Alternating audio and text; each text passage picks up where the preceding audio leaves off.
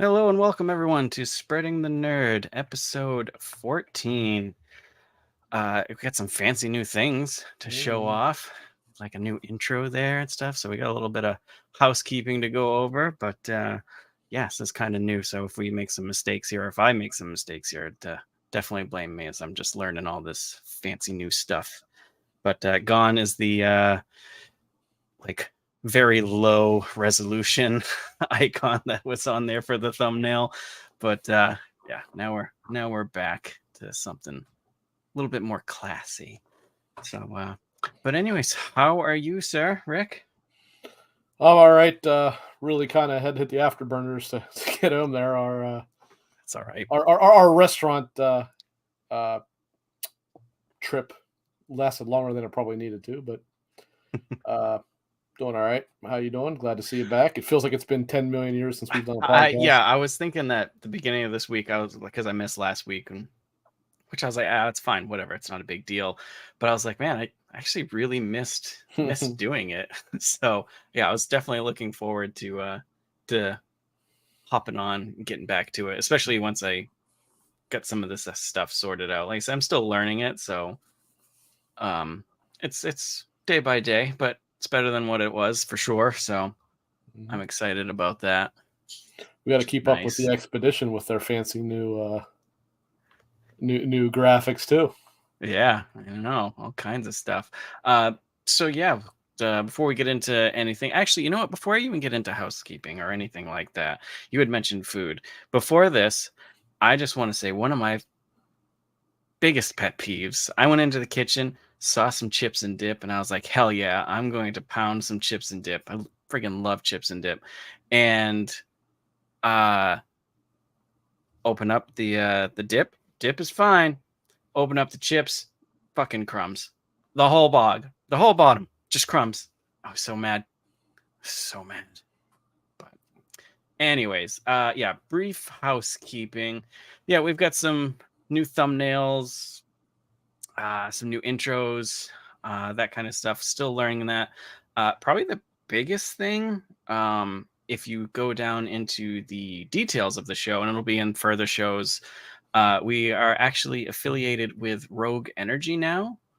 So they make, if you haven't heard of them, they're kind of like just a energy drink mix that you can buy online. They also have a bunch of flavors, a bunch of different containers that you can buy. They also have hydration ones, so you can just put in like water, and it's just B vitamins and stuff like that, not like caffeine or anything, which I actually do or have bought, and I do have some of the Rogue Energy hydration. It's pretty good. I do like their stuff. So that's on there. So there is a code that you can use, so you get 10% off your order. It's Spreading the Nerd. You just type that in.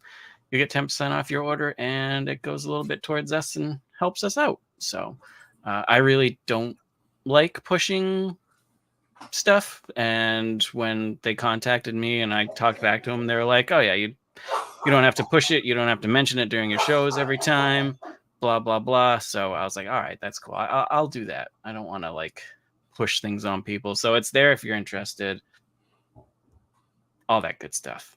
But yeah, that's pretty much housekeeping. That's about it. I think so. Good stuff. Yeah, we're getting there. And then I put on my fancy, I'm bringing cloaks back. I don't care what anybody says. I got my Slytherin cloak on. Yeah. You look like you're getting ready to cast the Cruciatus curse on some first years. I've been wearing it. I am not saying that as an insult. I am endorsing this particular behavior. I have been wearing it for like a half an hour with the hood up. So I'm sure like my neighbors across the street looking in my windows or whatever is probably wondering what the hell is going on over here. But clan meeting going on. Exactly. But so yeah. But yeah, let's get into things. What have you been playing this week? Anything? Still rolling through a little bit of Space Marine. I am still very early. Believe it or not, I haven't gotten to the point where you use the jump pack yet. I know you said that's pretty early. It's so much fun. Started back up some SnowRunner because that game will absolutely not quit me, and I am mostly okay with that. Good. Love that game. Certainly playing some Outlaws. Yep. What the hell am I forgetting? There's something else I've been playing. Well, even though I haven't really had much of a chance to play it because I was watching Project X talk yesterday, as well as dealing with a psycho dog, but the Dead Rising Deluxe Remaster came out yesterday. I got to play a whopping about 10 minutes of that, but kind of did you get it? Into that. Yeah, oh yeah. I don't know why I pre-ordered it back like the day they announced it, and then afterwards I'm like, that was pretty stupid. I should have just waited. but and then actually I haven't played it in about a week now, but I gotta get back into some Astrobot. Yeah, me too. I've been well and truly passed by the majority of people we know on that one. People are platinuming it already, and I haven't freaking started the second Nebula thing yet. I think I finished the Gorilla one, unlocked everything in there, and then that's what I did as well, I'm starting the Octopus one, but it definitely behind on a lot of people because it is, from what I hear, not like super short, but a shorter game. Yeah, about 8 to 10 hours, and then if you want to do everything, it's more like 12 or 13. I think. Yeah. Which can we agree though? Can we agree that it desperately emphasizes how much we need Ape Escape to come back? Yes, because you had texted me about the Ape Escape, so I figured there was some in there, and you were a little bit ahead of me, and then I got we're not going to say anything, but there are Ape Escape monkeys in this game. Yep, and they do it justice, and it was straight nostalgia shot with most of the Astro or most of the bots that you unlock. I love that damn series. It is genuinely criminal that it has the last one. I can't remember. What was there one on? I think the last one that I played was the Vita. Was there one after that? Or I believe the PS2 was there one on the PS2? There were two on the PS2. 2 and 3 were both on PS2, and I believe I forget what it's called, like Ape Escape on the Loose. Does that sound right? I think the so. PSP one, which was kind of a remake of the first, but it took a game that pretty much was built around the idea of the DualShock controller and did it with one analog stick, so it didn't work super well. I think that's why I enjoyed it, but God, that one analog stick was killer. Mm-hmm. I did not like that at all. But yeah, I mean, the second one was a little weak, but the third one I thought was awesome. So, come on, Sony, come on. Bring it back. I mean, they're bringing everything else back. It seems. Why not? Bring something actual decent back. Actually, I say decent, but I would not even complain about like an Ape Escape collection. Like I wouldn't even complain about that. I mean, technically, we have one, and we sort of have two, although it runs like crap. But we need 3, and I don't remember. One of them was published by Ubisoft in the West. It was made by Sony, obviously, but those are idiots decided not to bring it West. I think that was 2. I think 3 was published by Sony. Again, in the West, but they're so good.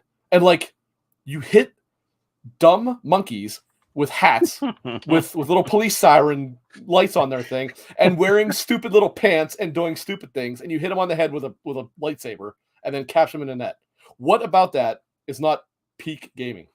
It was just great. It's perfection. It is perfection, and it makes little sounds with the little when you hit them. Yeah. I love Ape Escape so much. It's good. It's just and it's like Astrobot. It's just wholesome. Mm-hmm. It's just fun. You don't have to like think too hard. You're just having a good time. The whole time I'm playing that game, and for me, most of it is the nostalgia. I have a smile on my face the entire time. Oh, God. All the bots that you unlock, which are throwbacks, and then you can buy things to make like Easter eggs out of those bots, and going up to talk to them and stuff. It's just, oh my God, it's so good. I don't want to spoil anything, but basically every video game character that's ever been on a Sony game or a Sony console is there, and it's just awesome. Nothing Square Enix though.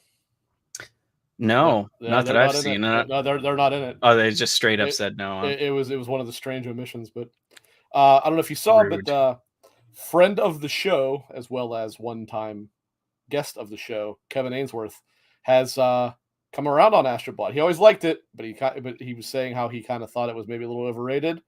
He said he's like, no, actually, after going further into it, this game's the real deal. Yeah, it's so good. Yeah, you can actually see my little Astrobot right there. See mine? Hi.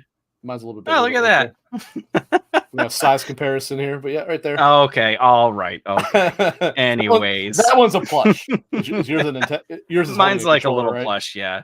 Oh, yours is a plush. Okay. Yeah, it's tiny, but it gets the job done. Don't worry about it. It's not about the size, man. It's about how it gets used. But yeah, Astrobot, I need to get into more. I played a little bit of that. I need to get back into Outlaws like bad. I played it when it first came out, and I enjoyed it. They have a big patch that just came out that's supposed to rework stealth and stuff. So I enjoy it, and I really want to get certain back to levels. I don't believe it's all of it. It was like an early like insta fill. I don't even know what it was because whatever it was, I was like, I didn't actually have that much trouble with it, so I didn't realize it was that big of a deal. There were some things that I saw like I would get seen, and I was like, really? But supposedly that fixed that. But yeah, I definitely need to jump back into it because I keep seeing photos from people playing it and like showing various places, and I'm like, yeah, I want to go there. I did finish Space Marine 2. Super good. Just like a straight shot of testosterone and just fun. I've played a little bit of the multiplayer, and I've only played the PvE. I haven't played the PvP yet. And the PvE is basically 3-person co-op, but it's the like side missions to the campaign, so it's like a whole nother campaign that you get to play. And yeah, the part of the campaign where I am, which is still very early, but it references that it's where the first operations is. Yep. Decimus, I think, is the guy's name that goes on that one. Super tons of unlocks, and there's a whole skill tree for each weapon. It's just like I haven't played too much because I want to play with friends like you, Silkenet, Kevin. But I haven't played it too much, just enough to try it. But I'm definitely want to dive in when season 1 gets here for sure. Especially, I'm not sure. I think season 1 they're bringing the Horde mode, which I am super. No, I believe that was. Is that later on? I think that was like season 3. I think it was early in like the second half of year 1. Lame. But I'm still, either way, I'm still excited for the season pass because there's already a bunch to unlock. So I'm wondering what else they're going to bring to the table. So it has sold very well too. Like I think it genuinely raised some eyebrows as to how well it did. Like obviously Warhammer is a huge property, but it's not the biggest in gaming outside of like strategy games. So like the fact that it's selling so well, I think people are going like, whoa. It is very. The Warhammer games are very hit or miss. Like you get one good one, and then you get like 3 shitty ones. It is an IP that seems to be hoarded out very badly. They don't have like. Well, but I do want to say actually on this same topic, I had been thinking of like massively underrated developers. Yeah, and Saber Interactive is one of them. Oh yeah, because first of all, like they're an exceptionally like diverse in terms of what kind of games they make because they're the ones who make SnowRunner. Yep. or /Mudrunner Expeditions, whatever you want to call it. They make this. They made I can't remember. But they've made so many things, and like it's completely different genres. Like we're not talking a really specialized it's all studio, over the so map. it's like that shows how quality they are. Is they can really make quality stuff in a bunch of completely unrelated genres. Right. So. Yeah. Oh, they worked on the Halo Combat Evolved Anniversary Edition too. Time Shift. I didn't know. Time Shift was not good, so that one doesn't do them a whole lot of favor. We got? They've been around for a while though. They have, yeah. Oh no, they did Shaq Fu. Wow, they've really been around a while then. Oh my goodness. Road Redemption. They're a Russian studio, if I'm not mistaken. So that's also yeah. World War Z they did, which was really good. Yeah, but they also have a publishing arm, and I think that's what World War Z might have been. I don't know if they developed maybe. Yeah, that one says Saber St. Petersburg. So, those Mad Dog. That would be Russia. They did. Yep. So they. Oh no, the publisher was Mad Dog Games. Okay, so Saber was the developer then. Yeah. No, I mean credit to them, man. They really are. They are not like a one-track studio. They're very diverse, which is awesome. Yeah. But they're also doing. They're just publishing the Quiet Place game, which whatever. I love the series, but that's a weird. I think the game is going to be kind of meh. Yeah, there's a subject I want to bring up next week for games that people didn't ask, because I saw a lot of game announcements this week that I was very I'm sure we're gonna get into that one. And I'm like, why was this even fucking announced? Like, I don't understand. I don't know. But and then of course World of Warcraft is eating my life, and I've texted you so many times, like my therapist. Silken and I have noticed that there's a certain game that you have been not playing. I have. You have played every goddamn game on the platform except for Hollow Knight. Played Hollow Knight while at work, and see right there, we know, we know. I have played about maybe 2 hours, maybe. Oh boy! Yeah, which I was like, I wonder how long this game is, and then I looked it up, and I was like, how much, shit, it's a long game. I'll say, depending how much you struggle with it, that could be 50 hours long, easy. So I have started playing it, and you have 2 bosses down. I do like it. There are, I believe, the total count is something like 52. So you are not even scratching the surface of that game right now. I know. It's awful. It's awful. I'm hoping that work was supposed to slow down. I don't know why it's busy, but and that was supposed to play more. Oh, is that the problem? That's the problem. It's the problem. Well, when I get home, I should play it. I know. The more I play it, the more it'll be announced for the next one, right? It's not because you were playing Curse Forge, whatever the hell Curse Forge is. The hell is? Oh! I caught you red-handed. What is Curse Forge? I don't know. You tell me. That's probably my daughter. Curse Forge. Oh, it's everyone's fault but yours. Huh? That's right.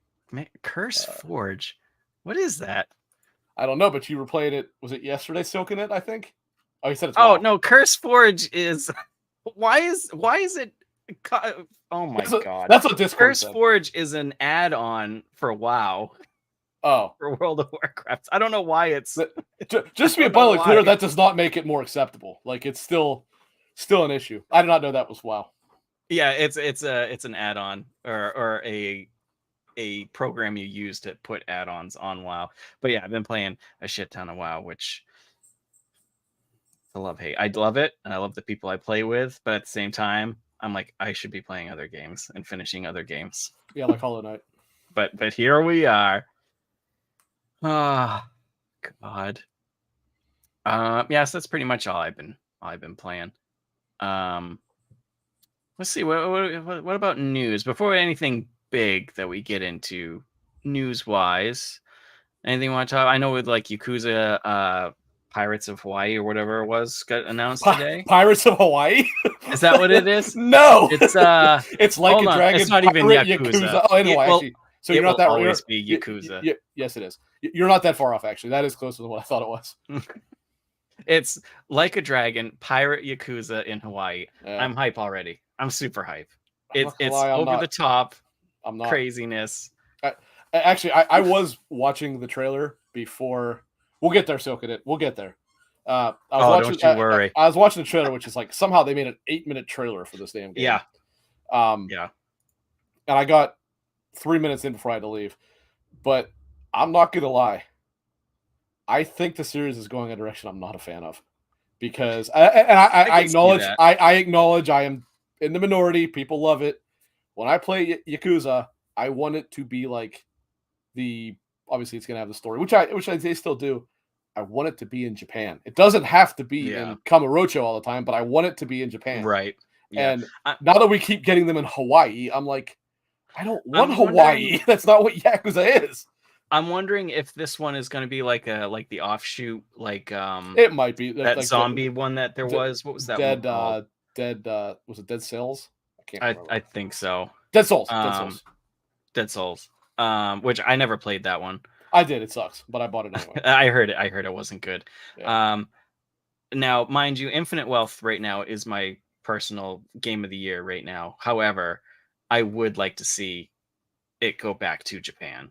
Yeah, for sure. I would like that. Like, obviously now this one only stars Majima, who, okay, right. That's a selling point, no doubt about it, because Majima is the man. But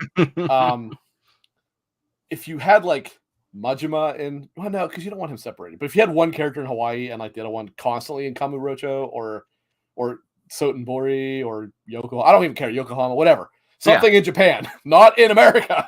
Right. We got lots of games in America. I want Yakuza to be in Japan. I'm there with you. It was nice to have an offshoot to like Hawaii or something. But I hope it, like you said, I hope it isn't going to stay like here. I want it. I mean, I don't even want it to go other parts of the world. Honestly, I like back to Japan. I get it. Maybe the Japanese fans are beginning to get tired of the same couple places, but it's almost is like a virtual tourism for people in the West, and it's like I think that's part of why it got popular. That and for sure. Mr. Libido side quests and stuff like that. God, I freaking love it. It's so over the top. But yet, like Infinite Wealth is so over the top crazy with certain quests and items and stuff, and the classes. But oh my God, the writing is so good. The story was great. So you get that nice mixture of just stupidity, good stupidity, and a great story. Even though I'm not the biggest fan of Ichiban, he's okay. But I mean, come on, Kiryu is the GOAT. Oh yeah, yeah. I like Ichiban. I will say, Yakuza 7, or actually Like a Dragon, did make me almost cry from laughter when I got the summon of the patriarch guy that was wearing the diapers. I actually recorded it on my PS5 because I need to be able to watch this whenever I want to, because this is so funny. Like not so much the side quest to get him, but when you use him as the summon, which also the fact that it's called Pound Mates is actually quite hilarious. Oh my God. Like I gotta play Infinite Wealth. I gotta finish Like a Dragon first. Yeah, I mean, I am pretty far into it. I just never finished it. But no, actually, that said, even though, like I just said, I want Kiryu, Like a Dragon is actually still in Japan entirely. So it was Infinite Wealth is when they started to go, you know what, let's go everywhere else. I'm like, no. Well, I don't know if you. I guess it's a spoiler. I don't know. So Infinite Wealth isn't all Hawaii. No, I know. I do know some of it's in. I would like to have. Well, the problem is with the modern games, like they're past the point where the I forget the damn name now. The clan that they're in because of the T. The something clan. I cannot remember the damn name. No. Oh my God. God. That's all it's been since I played an older Yakuza. It's awful. Jesus, because the clan is dissolved, and thanks, Silking It. Silking it with the wise words. Well, they're staying in the Pacific Ocean. You're not wrong. That's true. Now, are you a fan of the combat in it? I don't mind it. I don't mind it. It was kind of a bummer that they had the issue with that actor with Judgment, since Judgment was supposed to be where they were planning to continue. Yeah. And like, don't get me wrong, I actually don't think the combat in the regular games is actually all that great. Like the action games, especially some of the earlier ones. Oh, it's really stiff. Yeah. But some of those heat actions are like, damn. Yeah. I think it was Kiwami 2. I had one where when you're in Sotenbori, which is I forget the actual real city that it is, but if you ever look, it actually looks exactly like that city. I dragged you're on the bridge. I dragged the guy over the bridge, and he kicked him against the bridge, and then drop kicked him, so the guy flew into the water. I was like, that's what I'm talking about right there. Yeah, but no, I did not mind the turn-based combat. I actually thought it was pretty well done. It was silly and funny. The only thing about it was, where I played at least, it was exceedingly easy. Like there was so little pushback. The Infinite Wealth is pretty damn easy too, and there's a myriad of classes that I want to play because they're so funny and over the top. But there's also like the completely OP, overpowered class, and it's like, do I switch or? But it is pretty easy, which that brings up another topic. And meanwhile, the action-based ones, they were obnoxiously difficult at certain times because like when you got a little bit further and enemies would go into heat mode, you couldn't do anything other than to try to pound away at them and break their block. Right. Yeah. So they need to learn how to balance these a little bit better. They do, and I think that's a problem with most JRPGs, except for Rebirth that just came out. That was a little bit difficult to start, but then it got patched. But most JRPGs, I thought it got tough at the end and started easy. Yeah, thankfully. Oh, maybe that the other way around. Most JRPGs was a son of a bitch. They seem to be very easy lately, and I don't know if it's just me playing so many JRPGs, I'm just good at them, or if it's just like these are just really easy now. Like I feel like I'm not being challenged, and it makes me lose my not my train of thought, but just my enthusiasm for the game, I guess. I don't know. Like I enjoy it, but I'm almost bored while playing it, even though I'm enjoying it. And then to the contrary, you had Tales of Arise, which had the most insane difficulty spikes of all time. It was not bad. It was doable most of the time. Then you got to a boss, and it became friggin' it became Battletoads. That's kind of like that's kind of like what Infinite Wealth is in the later game. The last like 3 bosses are just like from 0 to 60, like instantly. Like where is this coming from? That's just ridiculous. But yeah, that got announced. Excited next year. You're wrong. I'm gonna buy it. I vowed a long time ago I would buy, even if I never open it. I vowed I would buy every single Western release of Jesus. The Yakuza series. There is no such thing as the Like a Dragon series. Yeah, it'll always be. It's either Yakuza or it's Ryuga Gotoku. Yep, it will always be that way to me. What are the news this week besides major stuff? Ragnarok, God of War Ragnarok released on PC, so that's cool for the PC players who aren't damning it with review bombing because people hate Sony at the moment because they got to cry about everything. Yeah. Yep. Sony definitely burned their bridge, and they did. But that said, this one people knew, and now they're being crybabies about it. Yeah. Plucky Squire came out this week. I haven't played it yet. Looks like another cool Astro Bot. It's getting great reviews. I want to play it. Kevin, not the biggest fan. And actually, I was listening to Last Stand Media today. Really? Dustin, same thing. Dustin played about an hour and a half, and he fell off. Really? I'm surprised with Kevin because actually right up his alley. Kevin said he was so disappointed because it was genuinely something that he had penciled in as something he's going to love. That said, he said something that really kind of turned me off on it. So based on the trailer, when they revealed it, I thought it was going to be largely him running around in the 3D world with a little bit of the book thing. Kevin said that is not the case. He said it is that there is not a lot of the 3D stuff. It is mostly the book, like the 2D book part. I'm like, that's disappointing, and that's a missed opportunity because it should be the other way around. Oh yeah, yeah. It's a shame because it's a clever idea. Actually, it really is a cool idea, but. And it looks great from the screens and videos I've seen. Yeah, it's got a really nice art style. Final Fantasy Silconet chat says Final Fantasy 16 was released on PC. It is. No ultra-wide support, of course. Who knows why, but whatever. I was very, very disappointed when he said that, Silconet, because I was like, that genuinely kind of eliminates a lot of my interest.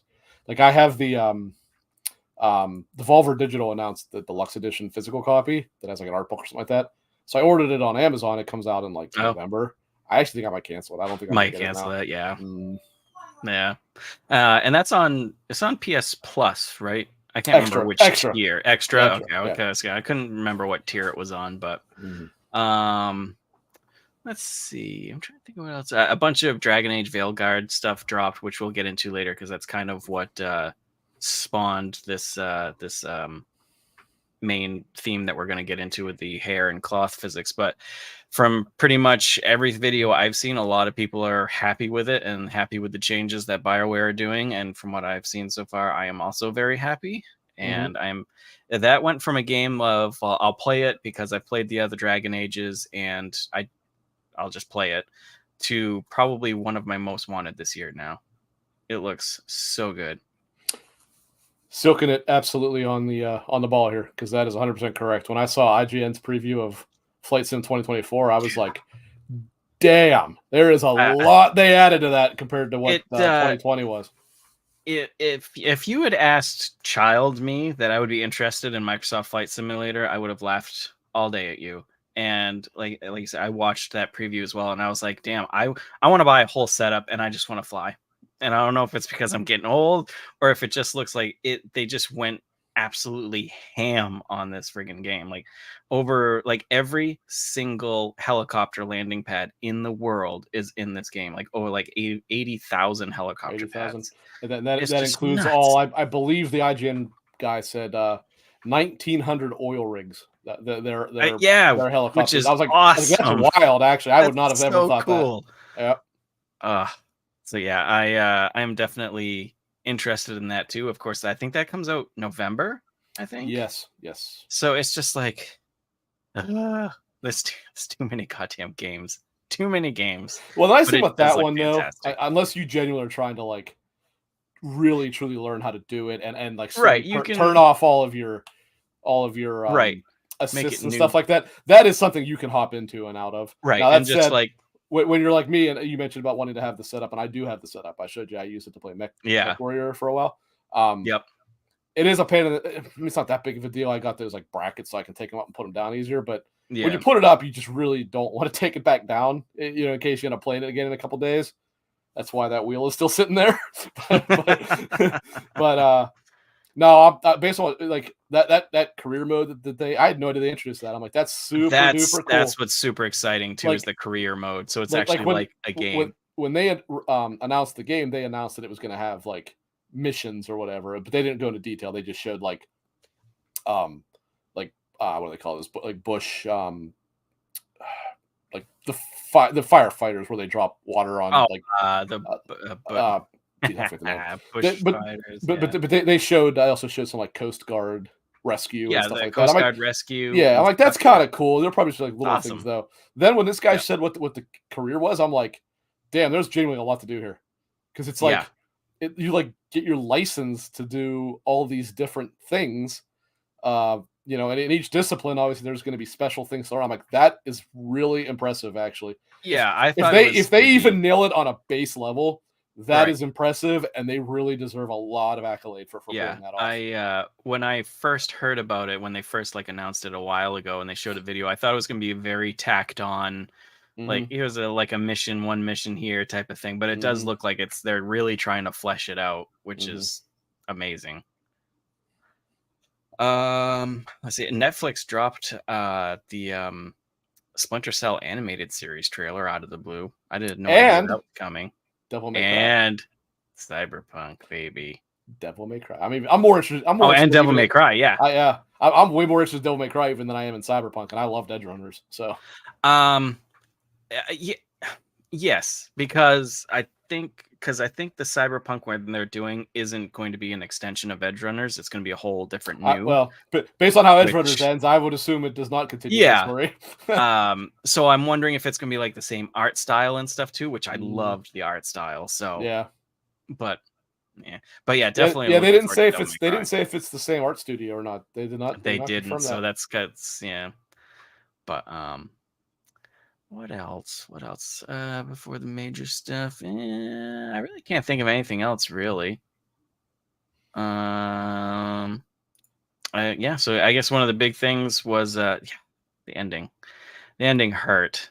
I was not expecting it. Every time when I play Cyberpunk and I switch to the damn pop channel and whatever that song's called, I Want to Stay at Your House or whatever comes on, I'm like, it's getting a little sweaty in here. Yep. A little bit sweaty. Cutting onions. Someone's cutting onions.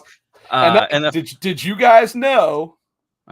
This is not particularly secret information, but if you go to what's it called, the Cryptomerium or whatever, it's like their giant like mausoleum. Yeah. All the characters from that show that died are actually there. You can actually find every one of their things. I did not know that. Mm-hmm. Oh, so it has the vinyls of the OST. Ooh. I believe they are all written by Lucy. At least some of them are written by Lucy. There's even one for David's mother. Yeah. That is a game I always say I'm going to start playing it. I play it for a few hours and I love it. And then I go to something else for some reason. I just don't stick with some reason. And meanwhile, you're right. Like it's not anything the game's doing, because I'm like, man, no, I love this. I'm so glad I'm back into it. And then a month later, I'm like, why did I stop playing that? Because a new game comes out, and I'm like, I should play this. And there's too many damn games. Too many big games at that. Way too many big games. Plus, we got. I mean, actually, I remember what the other game was that I couldn't remember. It's Starfield. I've been playing Starfield again because we got. Oh yeah, we got. I need to start playing that too because Shattered Space is coming out 10 days. Yep. And actually, that DLC looks really good. So yeah, they had a deep dive of that the beginning of this week or end of last week, I think. That was out. I believe it was Monday. Yes. So yeah, that's out pretty soon. And then of course, I think that's it. So the big news, or one of the big news, was the PS5 30th anniversary collection, and I wanted to make a. If I had any artistic skill whatsoever, I was going to make a GIF file that was just like a wallet opening and just like moths flying out of it. If I had, it's going to be hard to not impulse buy everything because it's not going to be that hard because you're not going to get the chance. So don't worry. No, because there's only they announced the PS5 Pro that comes with the Edge, with a controller, a stand, and that goddamn USB cable. I want that USB cable. You have no idea. Yeah, there's more than that. You get the Edge. Well, I shouldn't say you get. You buy the Edge. Yeah. You buy a what am I forgetting? Oh, a Portal. And actually, did you see the one of the collectibles that it comes with? They're actually pretty cool. One I don't think so. It's a set of like cord ties that looks like that. Looks like I did see those. Yes. And then there's a paperclip that's the most convoluted paperclip of all time because it looks like the PlayStation logo. I'm like, that's actually kind of cool though. God damn it! See, Red Beast right here. He knows what's up. Do it for the paperclip, Red Beast.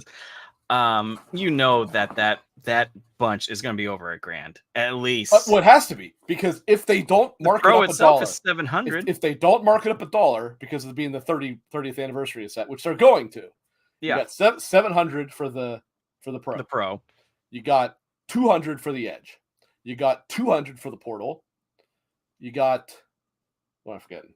They're not going to give you the stand for it, no matter what for free, no matter what they say. That's another $35. So this thing is generally going to be no less than like $1,300 for this bundle. Yeah, and Silken and Chat, a normal Pro in Canada is $950. Just, I feel for it's bad enough in the States. I feel for like the European countries in Canada. It is just ridiculous. Absolutely, but I will say to address that, Silken, have you ever possibly considered not being Canadian? That might help you. Ah, yes. But then you wouldn't be Baguette Bro anymore. I say he's not actually Canadian anyway. But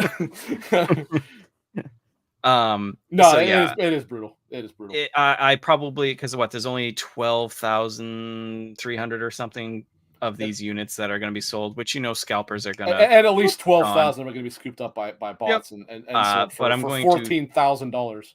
Yeah, I'm going to try my hardest to at least get the controller because I think I might shoot for an Edge. I have an Edge, so I don't really, and I don't even use it that much, so I don't really need it. But I think you'll have a better chance getting that than a regular. Yeah, just because of the cost, which I will because I freaking love that color scheme, and the PS1 is one of those consoles. Like I love all consoles, but every now and then there's just one that's very near and dear to my heart, and PS1 is definitely one of them. So. Super excited for that, but good luck anybody trying to get it because it's pre-orders open up next Thursday for it. I'll say here's the killer: I think it opens the same time as the regular Pro, so it is going to be a complete shit show trying to get on that website. So it's like, do I try real quick? By Sony. Yeah, do I try real quick to get the 30th anniversary? Which if I take my time doing that, the other ones are probably going to be gone. And this is only. Well, again, do you want all that stuff? Because you can't buy the 30th anniversary Pro by itself. So that's the problem. You got to buy that bundle. I don't. And here's the other thing too. It's beautiful. Scalpers are going to have a field day with that Pro. Oh yeah. Because I'd be willing to bet though. Well, I don't know. Depends how Sony sells it. If they put it all in one box together, they probably won't. But no, so okay, but I mean that 30th anniversary is going to be gone in 2 minutes. That's not going to last. I'm wondering if they're going to put in some kind of. They probably would have already, like some type of sign up thing, so you get a code to put in it. Because I know Nvidia, when the 4,000 and 3,000 cards released, you were able to pre-order with a code that you were given, so it helped with scalpers, but it didn't. They do that in Japan. They don't seem to do that in America though. It'll just be one of those like, oh, you're in line to enter the site, and then By the time you got there, every bot on Earth has jumped in front of you, so it doesn't matter. Yeah. So with them, so I might, because it's just PS Direct on the 26th. Full retailers like Amazon, Best Buy is on October 10th. Mm-hmm. So I might try for the. I'm gonna try both. I'm gonna try both. I'm going to try next week, knowing full well I'm not going to get it, and then I'll probably try at GameStop, knowing full well that it's going to be sold out before I'm done working for the day. Yeah. So it won't matter. But yeah, I'm gonna at least make a go at it. I looked at my work schedule next week to see where I was going to be like driving around and stuff to make sure I have like service, because I'm going to route myself to see where I'm going so I can have. Just have to make sure, or have to hope that GameStop don't pull what they pulled with the PS5 too, and then release it the night before anyway. Remember they did that with the PS5? Yes. I still can't believe I got to launch PS5 because I didn't even try to get it until like 10:30 at night, and I actually managed to get one. Jesus, I'm also wondering. They were sold out for hours. I lucked out and got one. Because didn't GameStop? They didn't sell it by itself, right? It had to be with a bundle, or they did. They did. That actually, I've heard people talking about that. They're wrong. They did. Okay. But they also offered a bundle, and what GameStop did, and that's actually how I got it, is I got the bundle. GameStop had a certain allocation that they only allowed you to buy the bundle in. And that was how I got my PS5 Pro, or my PS5, because actually I did buy the bundle. I was like, well, I'm gonna get Spider-Man anyway. I want it under controller anyway, and so I'll deal with Destruction All-Stars, which, as it worked out, I didn't have to buy anyway. So that worked out. And then you bought like a $50 gift card, which I'm like, fine, I'll just buy another PS5 game. I don't care. So it really didn't. I got to know some people were all against that, and I get it. I'm not a fan of that practice. Yeah. But I did get a PS5 because of it, so I can't complain too much. I got mine, I think it was like 2 months after, through Walmart, and Walmart ran like if you were a Walmart Plus person, you got into a queue early to get one, and that's how I got mine and a friend's PlayStation. I actually got my PS5 2 days before it came out. I don't know how. FedEx delivered it early. No shit. like I was watching the tracking. I'm like, this has to be wrong, because the Series X came out on Tuesday. Yep. And as well as the S, I believe. And the PS5 was supposed to come out on Friday. I somehow got my PS5 on Wednesday. I was like, what the hell is this? I was like, this is so cool. Unfortunately, all I could do with it was play Spider-Man, because all the like Assassin's Creed Valhalla. I was trying to remember what the launch one was. Valhalla. Oh, yeah. I had the PS4 edition. I bought that version so I could buy the goldish whatever. None of the like upgrades were on the store yet.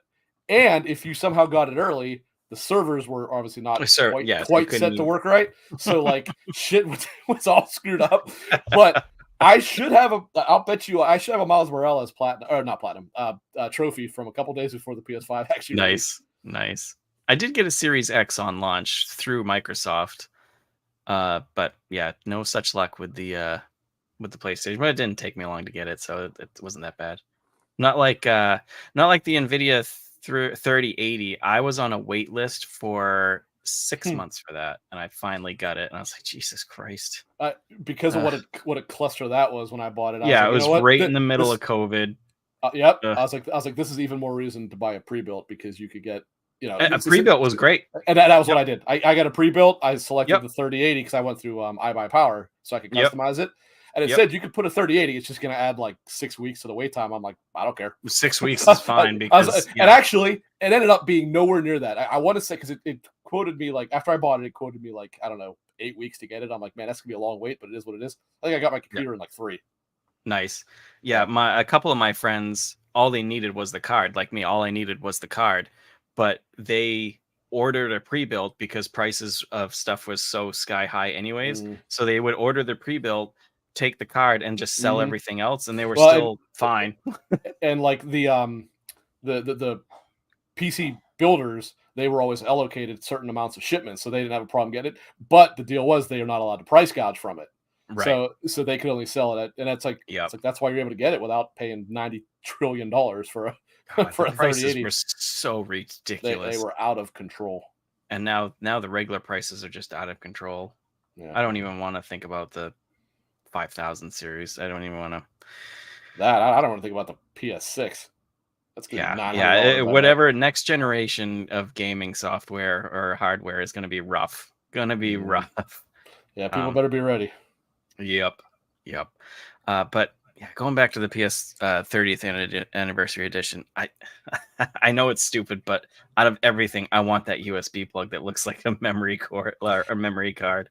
I don't know why they have to sell that by itself. They almost have to. If they do, I will buy one instantly. It's such a little thing, but if not, that's generally leaving money on the table for something that's simple. That's easy to make. Yeah, it's easy to make. It's a small package, and you're going to sell tons of them. Yep, I am gonna. As much as I hate to, I think I am going to try to get the PS5 Pro, even just the regular version. And part of it was because you sent me the link to the disk drive that was available, that wasn't available, and I wasn't going to pay extra for it. Managed to get one through Best Buy. So, as did I. I mean, here we are. Actually, what's wild is I sent that to you I sent it to you right away, but you did not answer it for probably 2 hours, and it was still available. I'm I was very surprised. It shows you everyone's just trying Amazon and nowhere else for some reason for that. Yeah. So, I don't know. I don't want it, but I want it, and I hate it. I hate that I can't control myself, but that's it. Yeah, like I will be stern and be like, yeah, it's not happening. I'm not doing it. But I know as soon as it launches, I'm like, I want it. Yeah. I want it. Yeah, and I know damn well when it comes out, if I don't have it in front of me, I'm going to be like, hate everyone. Yeah, I'm gonna watch videos of people playing like Assassin's Creed Shadows at like higher res, and I'm gonna like, you sons of bitches. So I'm gonna skip the bullshit and I'll just try and get one.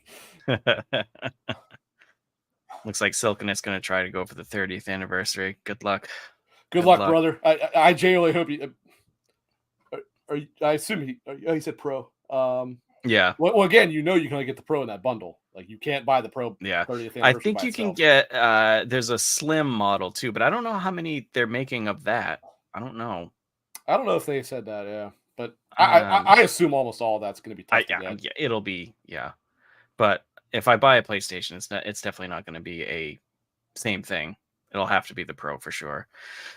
It would be great if, after they sold this and that they come out with the sides that make it look like they're not going to do that though, because that'll piss those people off. Well, yeah, I don't remember the regular one. I don't believe is numbered. I think only the Pro is the one that's numbered, right? So you technically would still know what is and isn't, right? But they never. Well, actually, they did release the PS5 panels for Spider-Man and made 12 of them. Yeah, so they were like, so they were going for like $400 online, and it's like, good job, Sony. God forbid you just and pieces of plastic. The same day, so I'm gonna have to try to get a controller and a PS5 Pro, and it's just like they're gonna sell out instantly. So it's like, which one do I try first? And it's like, that's what I'm saying. Like go for the Edge or whatever. If you want any of this, if you want a Pro or God forbid a 30th anniversary thing, you are going to be dealing with the online variation of Black Friday 4 a.m. shoppers of trying to get into the site to get any of this. It's like they really should not. They should not have done these at the same time. They should have been different days. Yeah, it's going to be down, and then it'll be up, and then by the time it's up, it'll be fucking gone. I will say, to their credit, they're pretty good about not going down. The problem is you can't get into the damn site. Right. GameStop's the one that goes down. They can't keep the damn site up. Yeah. And then we'll get another, at least for the regular PS5 Pro, we'll get another chance with the Amazon, Best Buy, and stuff. And like Silken had said, even worse comes to worse, they're not discontinuing those after one shipment. No, you'll be able to get those at some point. Even if you have to wait 6 months because you can't get a hold of it, so be it. That said, I'll lose my mind if I have to wait that long. I know it. I will not be happy. I don't think we'll have to wait that long to get the Pros. Like Nissa in chat said that they just got their PS5 2 years ago. It's like, why? And a lot of people don't need to upgrade to the Pro. A lot of people don't need it. It's definitely made for people like us who have to impulse buy new things. Are idiots. It's straight up idiots. Yeah. Like, there's no need for it. It's just I have this need that's a problem, and I want to play things at its best. It's like even while I'm playing a game on my console, I'm enjoying it. In the back of my mind, if I see something that's out of focus or something, I'm like, if I got this on PC, it would look better. And it's awful. It's a curse. It's terrible.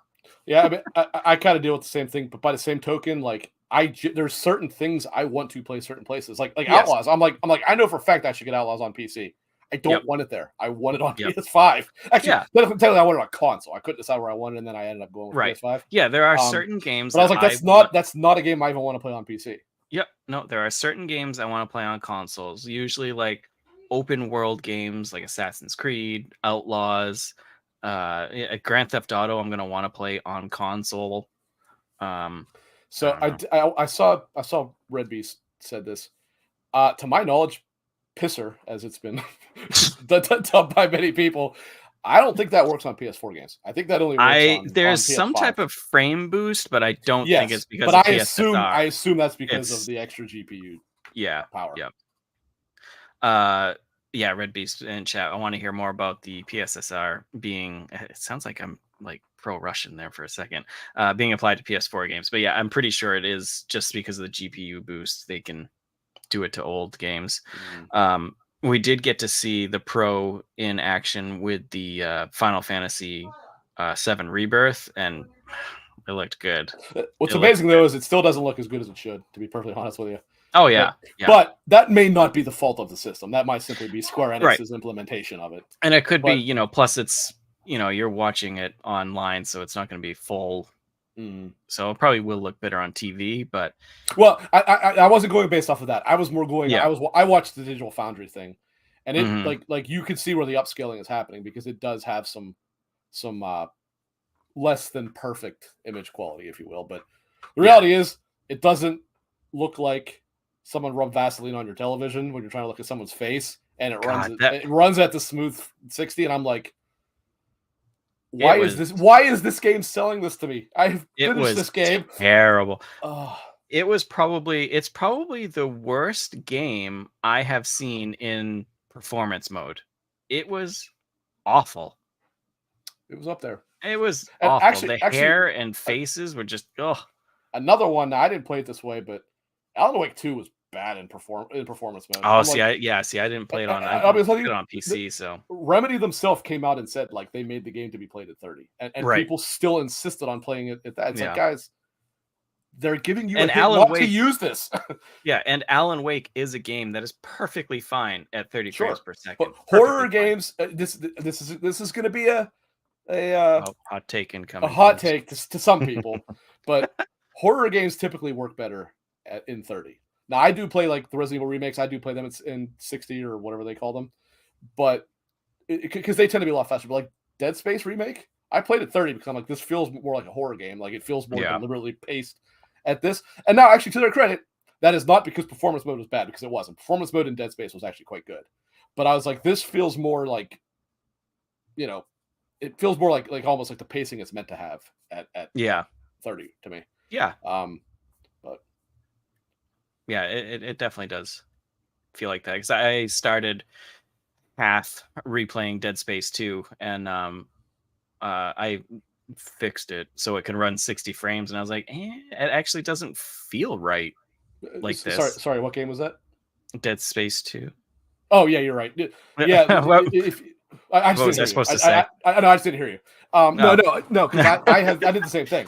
Like the original Dead Space release as well as Dead Space 2, I fixed it in a way. It's still issues, and I was like, this doesn't actually even quite feel right.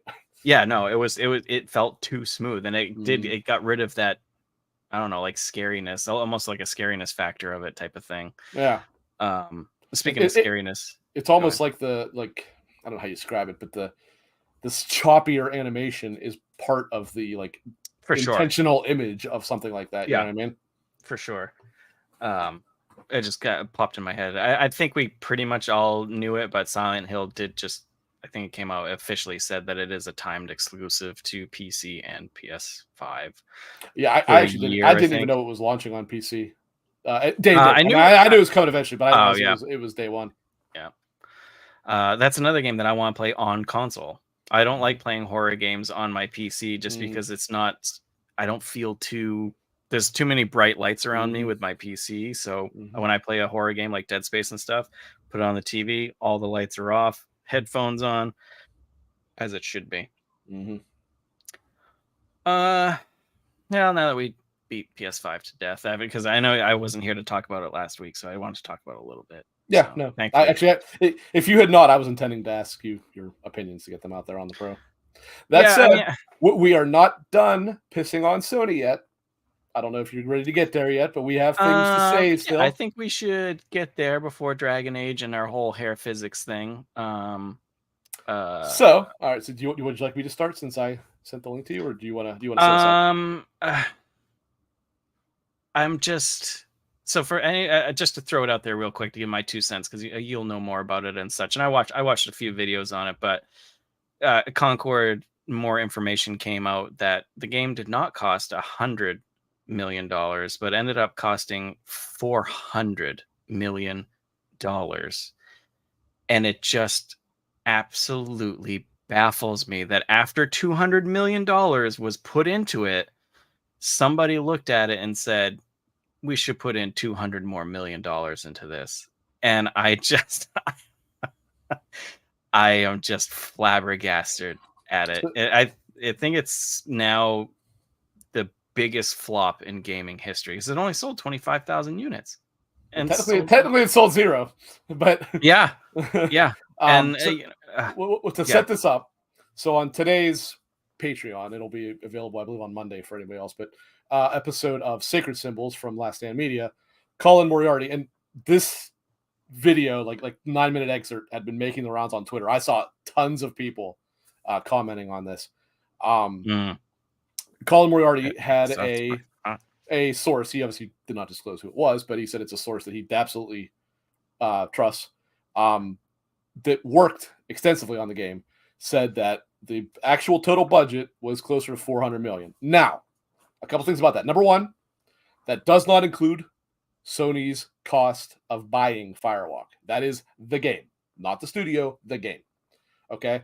Also, he did say they did not say how much of that Sony paid. So Sony may still have only paid 100, but at that point, someone insane put 300 million into this. But the reality is, it's probably closer to Sony probably invested 200 to 250.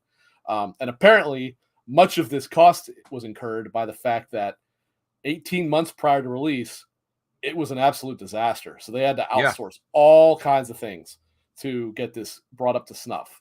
That said, more importantly than just the budget, this shows a very, very concerning look behind the curtain at Sony's leadership right now.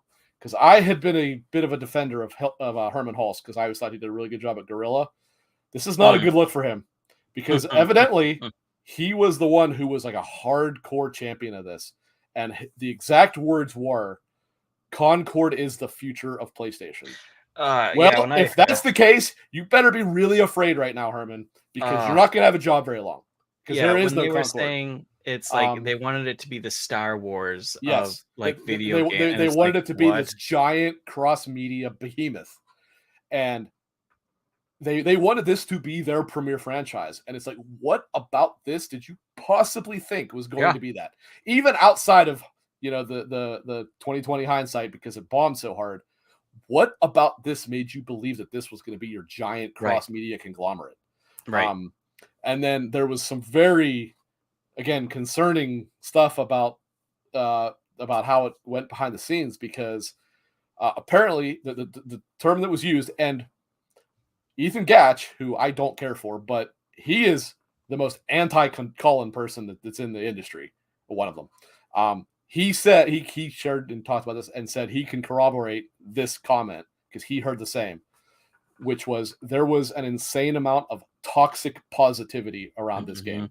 Evidently, now I was a little confused with what he was saying. I don't know if he meant this was across PlayStation or just at Firewalk or what. Right. But apparently it was extremely discouraged to ever say a single negative word about this game.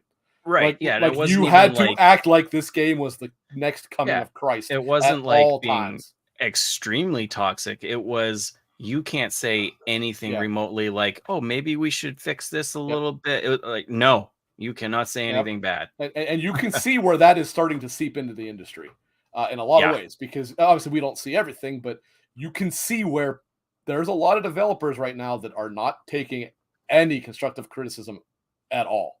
Yeah. And this is a case of that, but this obviously goes all the way to the very top where they didn't even want this. Right. And it's like, well, that is not how you build a product.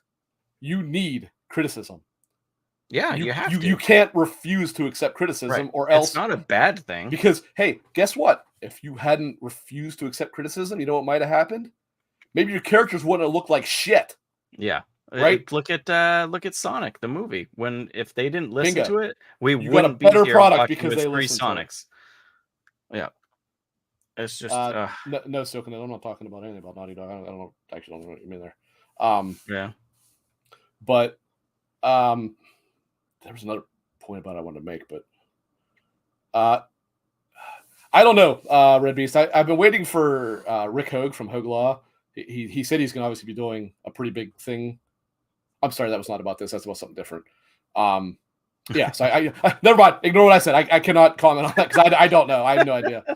I want to say, since it was released to market, I don't know if they can even. But I am no tax lawyer, so I don't know. Yeah, I have no idea, but I'm sure. I don't know.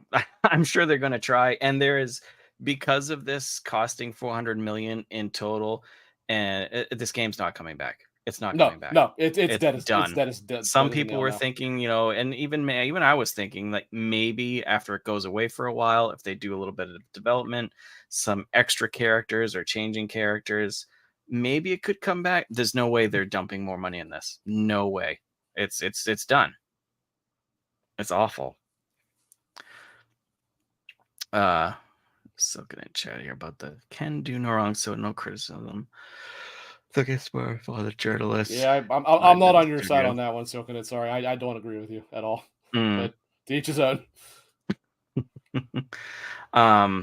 It is just baffling that of all products or games that this got dumped so much money into. I don't understand. I don't understand it. Like, somebody was able to sell, like ice to an Eskimo type of thing. Yeah, absolutely. Like, it's just crazy. Well, and that's where this reflects on Herman Hulst.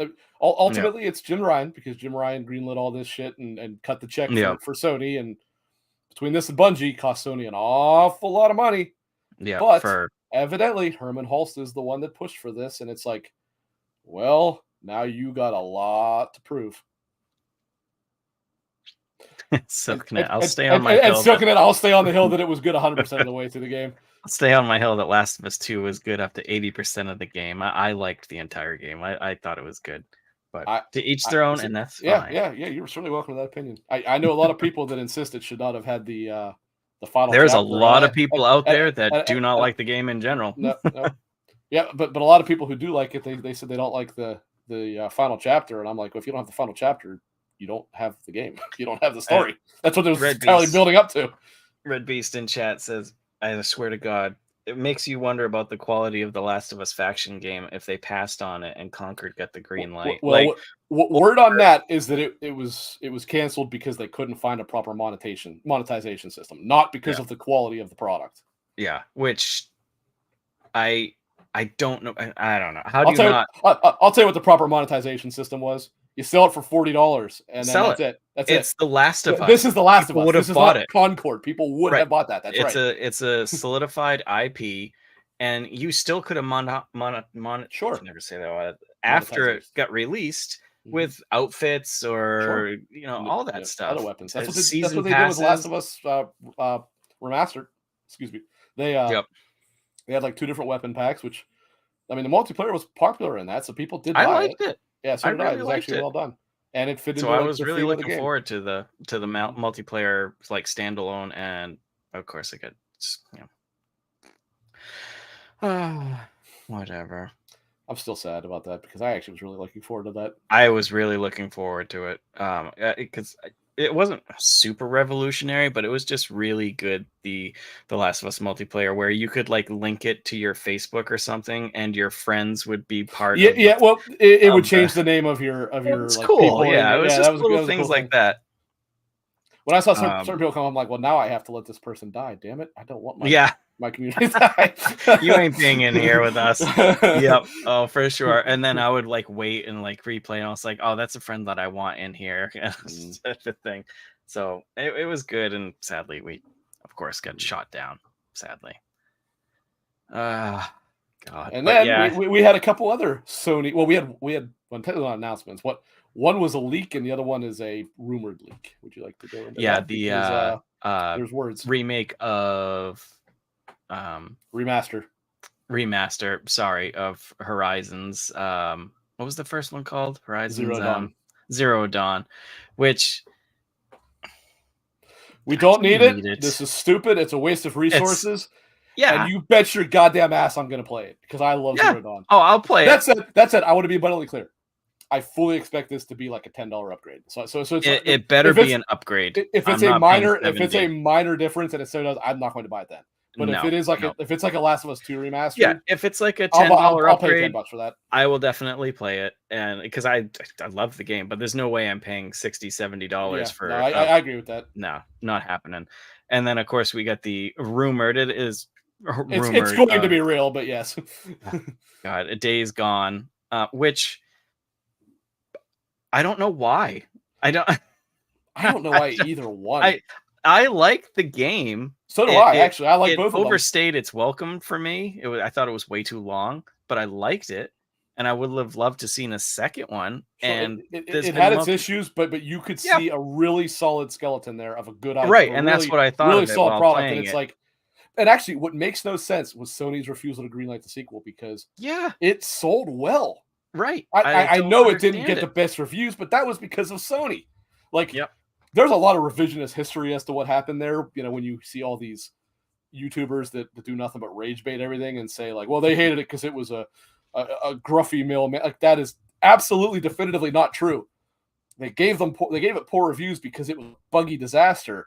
But they got a version that was a buggy mess. We did not. They even said that in the week between when outlets got a review copy versus the day that it launched, there were 3 patches in that span of time because Sony sent unfinished and really bad versions. That was on Sony. It was not on Ben's studio. But you can't blame. Like, look, I'm not going to defend IGN for much nowadays, but you can't blame them for reviewing the product that they got, and they didn't get a good product. Yeah, it is. Yeah, at launch, we got a good product, but that was not what they had to review. Yeah, because I remember people being pissed off because there was a hefty patch. It was like 12 gigs or something like that. It was huge. Hefty patch. Yeah, and that was if you bought the disc copy. Yeah. So, I like I said, and when I was playing it, the faults that I found with it, I was still excited because I was like, this is definitely getting a second game. Definitely. And the bones here are great. So I was really looking forward to the second one. And of course, Sony was sold 5 or 6 million copies too. So it's like, well, if that doesn't meet sales expectations, I don't know what the hell would. Because that's selling pretty darn good for a new IP. So maybe they'll see how the remaster sells and then maybe greenlight it. I don't know. But I don't think many people are going to buy the remaster. But again, it might be another $10 upgrade. And if that's the case, sure. But the problem is that both of these games have PS5 60 frames per second patches, right? Now, the rumor that Horizon has been rumored for some time. Yeah. But then when they announced this Lego one, everyone's like, oh, this is the remaster. This is like the remake or whatever. So, okay. Then we get the ESRB. So, like, once again, I want to emphasize, this is clearly real. Like, there's no ifs, ands, about it. This is a real game.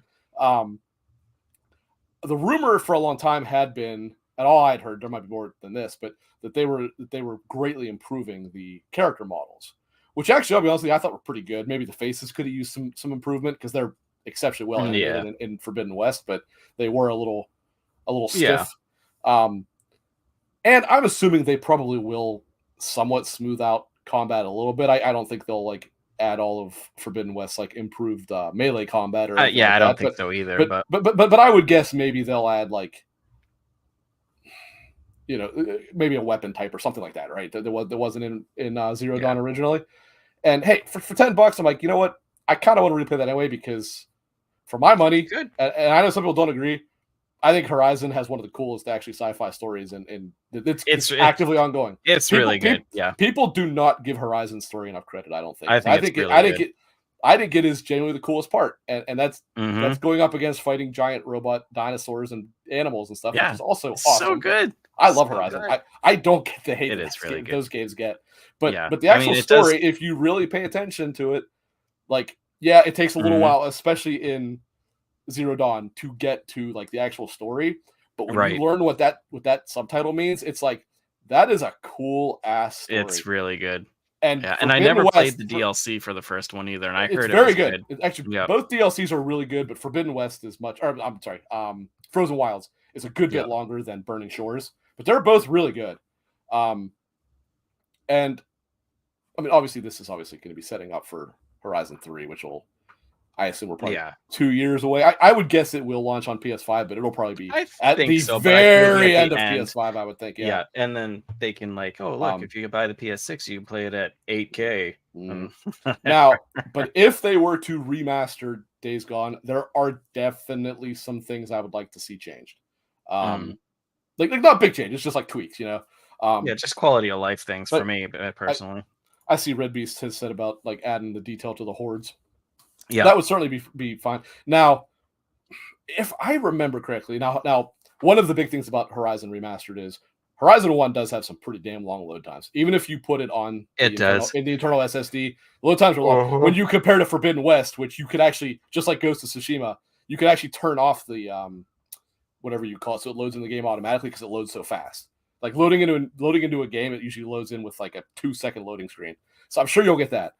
Days Gone also does have a fairly lengthy load screen to get into it, but I would also like to see maybe some like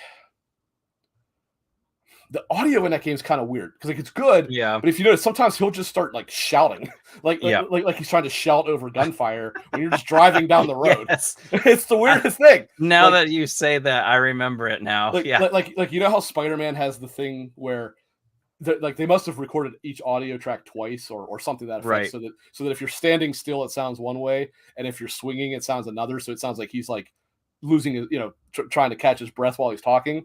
My guess is Days Gone was doing that. It was trying to sound like he was talking in a combat scenario or over the bike or whatever, but it doesn't, it's not even. Like sometimes you'll be riding and he'll just be talking like this. Sometimes because there were times that like he was on the bike or something and you couldn't like hear him, and then all of a sudden you'd be like in town talking to someone and it was like a stick of dynamite went off.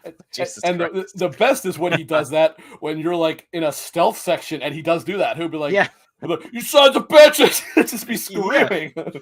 They don't hear you obviously, but it's like it kind of destroys the whole thing. It kind of takes you out of the moment for sure. But I would like to see that series get a second chance because I do think John Garvin's an idiot for the way he acted, but I do believe that Sony kind of unceremoniously put that one down. And I don't know why. Like I said, it sold well. It's a good IP. It's another feather in the cap. Again, it's not the greatest Metacritic score because of what I mentioned earlier. Yeah. But the reality is, it is pretty popular with PlayStation audiences. Yeah. Like if you ask around, most of them go, that's a solid like 8. Yeah. It's like okay, it's not a God of War, it's not a Last of Us, but it's still a good game that they like, and it's still worthy of existing. And your sequel could remember Uncharted 1, which was like an 8. What were 2, 3, and 4? Right. 4 technically was well underrated in my opinion because I thought 4 was damn near a 10.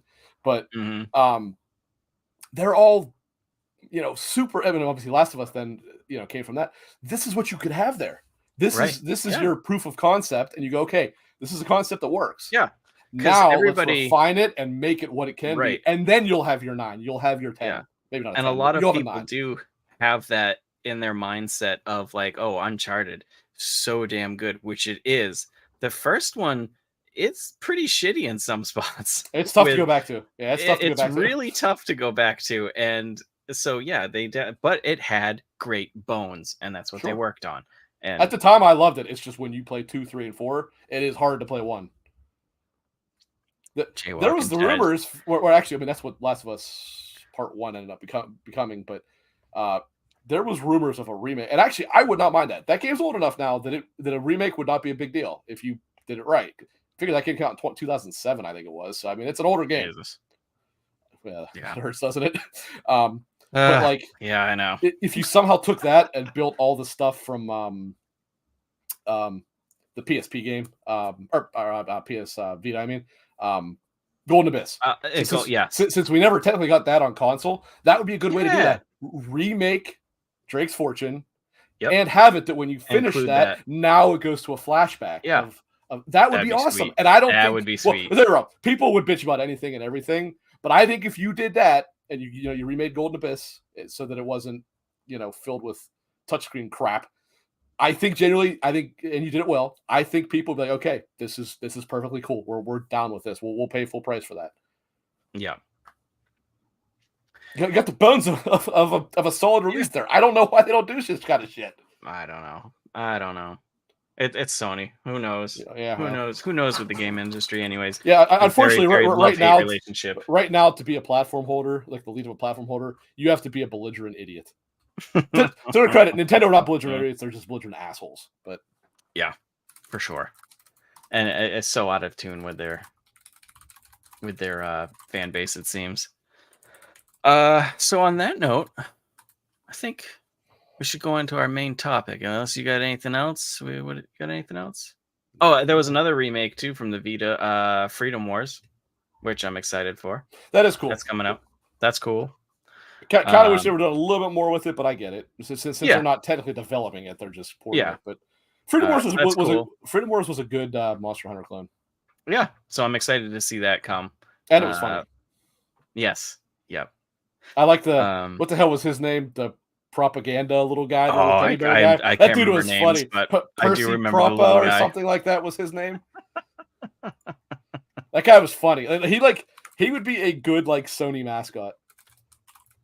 Yeah. So let's move on to the main topic. So before, how we got to this main topic was the Dragon Age Veilguard hands-ons dropped to multiple people, and watching it looks great.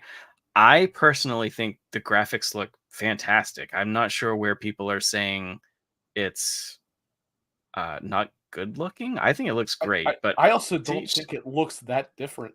I don't understand why people are like, it looks nothing like Origins, but 2 and 3 look nothing like Origins. So did you? Then that's the thing you got to understand with Dragon Age. It's a different game every time, which you have to understand that by now. But anyway, I don't know if that's by design as much as it's them just trying to find something. I think it might just be them to see what really hits, and then they'll go with it, type of thing.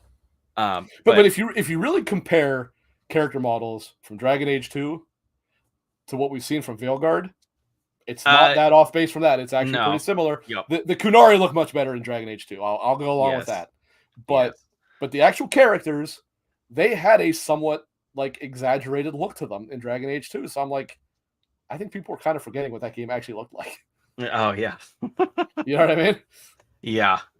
But there were several scenes that they showed where the hair just looked fantastic.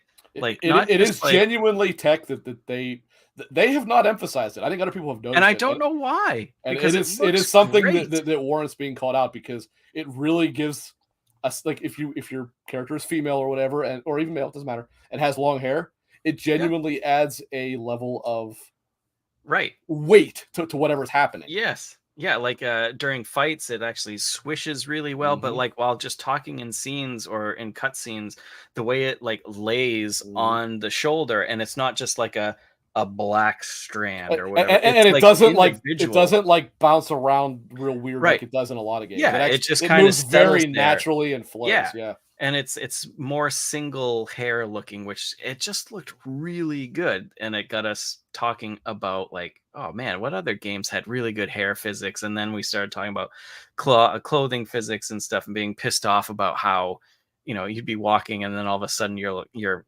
feet kick through the bottom of a cloak and stuff. And I know it's small, but goddamn, that shit pisses me off. Ruins the whole image to me. It does. It does. So when we get to it, I'm not to jump ahead of you. I have a series that both does it perfectly and does it as wrong as you can, depending on the game. But continue. We'll get there. Okay. You can probably take a guess what it is, because I think I mentioned it to you actually. But I was gonna start with in my thumbnail that I had made. Stellar Blade was one of the last ones that I thought the hair looked phenomenal. It did. The long hair during fight scenes and stuff, really good. And you can see where they cheat a little bit, like since her ponytail is like down almost to like the back of her knee. It's kind of rigid up until it gets to about where her shoulders are, and then it starts to flow a little bit better. Flowing. Yeah. But the reality is it does the trick, because when you're running for as long as it swishes. is, I thought it looked really good while she's running, jumping and stuff. That was a great looking game in general, not just because she was hot. It was also just a really good looking game. Sure.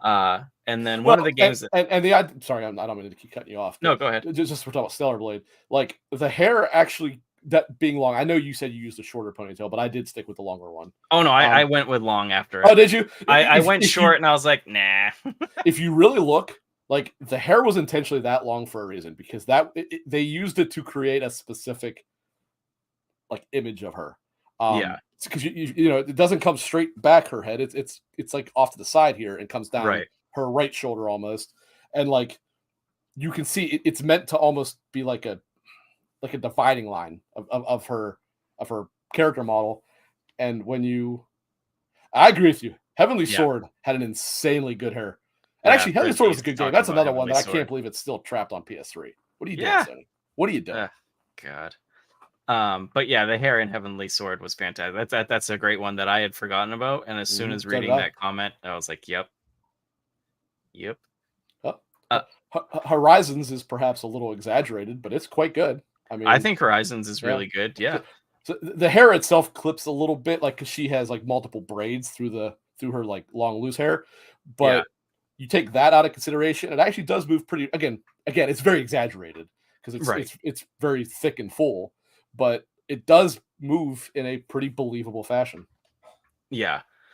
I'm trying to think of, and then it also made me think of why all the characters in like PS1, everything was spiky, because obviously you couldn't work with it and stuff, but that's what you got with polygons, was spiky hair for everybody. Right. It's just well, that said, I mean that did lead to one of the most iconic characters of all time. But and now that hairstyle is in every other character creation. Now it became the defining anime hairstyle, basically. Yeah, pretty much. Cloud is a part of everything now. And so this is going back a little bit, but we even talked about Advent Children recently. I remember when it first was like trailered, I said to my friend, I'm like, so that looks amazing, because it really did for the time. It looked incredible. I was like, maybe the most impressive part is how they actually imagined Cloud's hair actually working. And they somewhat changed it in like Remake and Rebirth. And I'm like, it actually looks even better now than what it did in Advent Children. I think his hair looks impeccably good, actually, in the Remake project. Yeah. And I didn't think that would even be possible, because I thought no matter what you did, it would look completely stupid. But they actually made him look really freaking cool in the Remake games. Red Beast in chat, when it was revealed Bayonetta's hair was her outfit, I thought that was super cool. I agree. Yeah, the first time when you summon Gamora and it basically makes her naked, but it goes up through the portal. Right. Thing. It's like that was pretty wild, actually. Yeah. So do you want me to say my game series now, or you want me to wait? I was just thinking, I think one of the games that first made it like, okay, hair is going to be a thing now, like with physics. I think that was with The Witcher 3. I think they really pushed that. It definitely did, and they should have. Well, Witcher 3, I believe, was the first game I ever saw that on PC had the Hairworks thing. Yeah, that's what it was called. Yeah, but it still did move. It still did move on console. Yeah. Because like, you know, his like top knot almost. Like the reality is, it became such like an iconic part of his character that they but they didn't animate it with physics. They animated it just to move, but they did a good job. Even though it was pretty canned animations and all that stuff, Like it was believable enough that it worked. And then obviously, you know, what depending on how you cut his hair or let it grow or whatever, it reacted differently. But if you made that was a static ponytail when he was moving, it would completely destroy the whole image of the. It really would have, because it really is a major part of him, like riding Roach, is watching the ponytail bounce back and forth and stuff like that. And anybody that cuts his hair and makes him not have a ponytail, you're playing that game wrong. I'm just saying it. Just saying it. Yeah, now. You have to have the iconic ponytail, and then there's two different kinds of ponytails you can have. Like when he shaves the side of his head and has it all pulled. That's fine too. You can use that, but you can't use when he has short hair. That's an unacceptable destruction of that character. Continue. I'm trying to think of another game that that really stood out for me with hair wise, and I think a couple of the Resident Evils had good hair that I remember. Yeah, I wouldn't say they're great, but I remember so the original RE4 back on GameCube or PS2, when you would aim, he would put his head down and you would actually see his little thing would flop around. Now, in the remake of I think it was 4, they did have an actual like improved hair option, but I never noticed much different. I actually thought it looked better with the non, like whatever the option was called, turned off. Yeah. But I think for hair physics, I think Stellar Blade was really good. I think Dragon Age is going to be the new favorite for me. It looks like the new standard for sure. Yeah, and like you said, the way that individual strands move and stuff like that. And I don't know, like you said, I don't know why they aren't emphasizing this, because it is clearly because I had posted on Threads about this episode at the beginning of the week, and Silken had commented, because I had asked like what are your favorite hair physics, blah blah blah, and he had commented like, oh, Dragon Age looks really good. It's like clearly people are noticing this, and it's I'll give credit where it's due. Actually, I had not noticed or paid attention to it. I believe it was IGN were the ones that posted like, look how good the hair physics. It was about their own video, but I was like, because I was just watching to see kind of what they said about the game, and I was like, boy, I did not notice that, and they're right. Like that is super good. It's super good. Yeah. And what's cool about it is, and this sounds really shallow and stuff, but it makes me more interested in playing a long-haired character. It makes me more interested in playing a character that has a rope of some kind. Yes, absolutely. Yeah.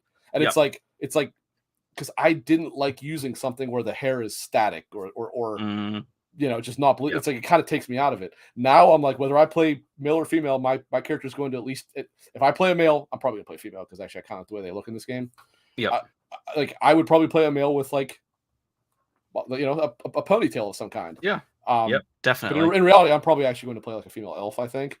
But I'm and actually, this here thing is when you're kind of a nerd like we are, you do the elf things, like when the hair's not done right on an elf, it kind of destroys the whole mystique of that race. Like that race is meant to be ethereal and stuff like that, and when they don't have the hair right, it kills the entire thing for me, at least.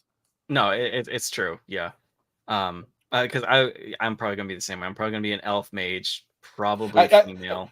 I was adamant I was gonna be a warrior after watching that video from Boomstick. Yeah, I know. I was like, man, I think I'm sold on mage again. Damn it, mage looks so much fun to play.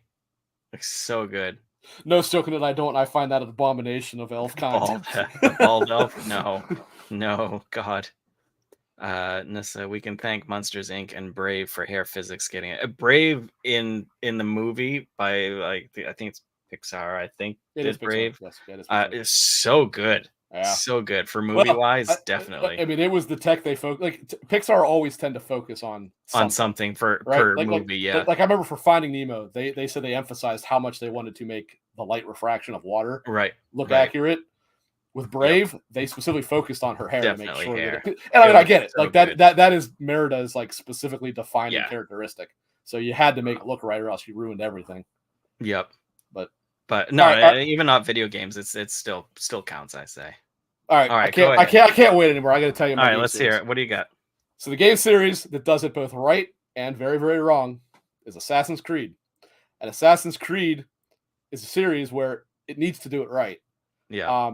So I look at, and I know this is an unpopular entry. Anybody that doesn't like it, you're wrong. I'm just putting it out there now.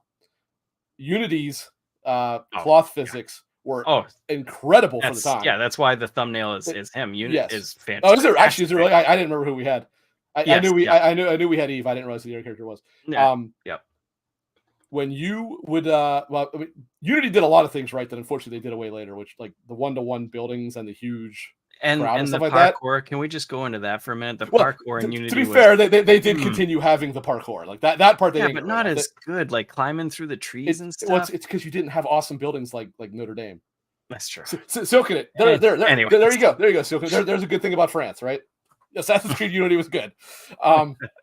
Anyway, but no, like a major visual part of that game was, well, first of all, I mean, the buildings absolutely were a major part of it because they put so much effort into, the Gothic architecture of the old churches and stuff like that in Paris. Yeah. But also when you're climbing it, the way that his robe would fall, it's like that. I know it's, again, it sounds so surface level, but it's like that is the visual thing of Assassin's Creed that you have to do right, because now for some reason then they stopped doing Assassins, so it didn't really matter anymore. But like when you would be up high or whatever, whether it's on top of Notre Dame or Notre Dame, I guess, or whatever, and you would perch there, and the way that like the tail of his robes would fall and like actually drape over things and stuff like that, it's like this is a beautiful and incredible visual spectacle just for that, because damn well on an early PS4 build or whatever, that was not easy to model. Like cloth physics have always given the difficulty. Then you move forward to okay, actually we'll go one that does it both ways, and that would be Assassin's Creed Origins. Okay, I love Origins. I know Origins is not popular with everybody. I loved Origins. I think Origins is fantastic. If you use Bayek's normal robes, or what I like to always use, like they would call it the Egyptian robes or whatever, because it looked more like an Assassin's Creed outfit, or an assassin outfit. I mean, perfect physics for the tail of the robe and all that stuff. Okay, now you go to Odyssey, where for some reason we went as far away from being able to have assassins as possible. Good game, but whatever. It wasn't Assassin's Creed, but it was a good game. Exactly. Okay, so we can't really count that one because there really aren't robes like that. Like you got a couple of the what do they call them, like legendary outfits or whatever. Yeah. But that game was not really built with that in mind, so there wasn't really any physics. However, you go to Valhalla, where they were, and they did it completely wrong in that, because now if you wear any of the actual robes, whether it be the legendary ones or there are a couple that you can get normally in the game that have like a long tail to it, cloak and stuff. There is no physics to it. They are attached they're attached to the back of his leg, and it's like that actually ruins the entire aesthetic of a robe. Yep. Now, then they had Mirage, which technically was originally DLC for it, but they went back to doing it right because, again, it's part of the aesthetic of being an assassin. Like he had the long compare. You can get technically you can get Bayek's Assassin's Creed Valhalla and Assassin's Creed Mirage outfit in Mirage. In Valhalla, you can only get his Valhalla outfit, but it changes how it looks in Valhalla, and it shortens the tail because there is no cloth physics. When you use it in Mirage, it makes it longer and looks right, and it has the cloth physics. You can get, actually in both games, you can get Rashawn's, I think that's her name, cloak. That is the assassin. That's the master assassin from Mirage. That's played by I'm gonna butcher the hell out of this name, but it's Shoria Abdullah Shul or whatever. That lady's awesome. I think she's cool. I think she's cool as shit. But I do not know how to say that name. But she is amazing. She's awesome. Amazing. But in Mirage, when you wear her outfit, it looks right because it has cloth physics. It flows. It looks like it should. When you wear it in Valhalla, it is basically just like wearing pants. And it's like again, I know it sounds so stupid, but the reality is it destroys the whole aesthetic of that. Like, a robe is meant to be loose and flowing. Yeah. And it sucks when it is attached like that because you constantly get clipping. I can't not see it. I can't not see it when I'm moving around. Even if it's just like the tip of a sword or like a gun in some, and it's small. It is not the biggest thing in the world, but for some reason it irks the shit out of me. And I can tolerate hair physics much more than I can tolerate bad like robe physics. Yes. If you have robes you need to have them act like robes. Even if you have canned animations for how it moves, you cannot simply have it glued to the back of their leg. If you do that, it doesn't look like a robe anymore. No, it looks like it's a piece of your armor or whatever, and it loses the aesthetic of it. And actually, something else that did this to a slight degree, much lesser so, but it did, is Star Wars Jedi Survivor. That's what I was in Jedi Survivor. You had a couple outfits that actually had proper cloth physics. Like the ponchos and stuff were actually really well done. Well, that one is Jedi Fallen Order. I'm talking about Survivor, the second one. Oh, okay. But you have like specifically, he had like cape, not ponchos, like capes or cloaks. Or whatever. He had the capes and stuff. Yeah, but one of his starting outfits, it's not the default one, but you can switch to it. You have it by default. It's basically like Jedi robes with the actual robe over it, right? Not just the regular robes, right? But he had like some other gear. But that actually has cloth physics, so when he runs, it looks like a Jedi robe, swishing in the wind. And he has some other stuff that does that too. But then you can find actual Jedi robes in the game. It's not the overcloak, the whole robe. It's like the regular tunic, I guess is a better way to put it. Mm-hmm. No cloth physics, so it just glues to the back of his ass, and it's like, well, I can't use it now. I cannot use it because it looks stupid. Yep. Another game that I thought was really good with cloth physics when you were just kind of like standing there was Ghosts of Tsushima with the wind blowing and stuff. Beautiful. Yep. So good. Like the shoulders, like shoulder pads and stuff that had fur on it, just blowing with that was fantastic. The only thing that Ghost of Tsushima did wrong that also irks me is there was a lot of clipping, depending on what you would wear. Because I liked wearing the straw hat that was like flat. Yeah. But when you use the sword, it clipped right through it. It goes right through. Now I can't use stuff. Rise of Ronin was terrible for that too. Rise of Ronin had decent hair physics, but not a whole lot of. Well, actually, the character model looked good, but everything else looked pretty terrible in that game. Unfortunately, maybe it'll look good on the Pro. Maybe it won't, but I wish. I wish. Oh God.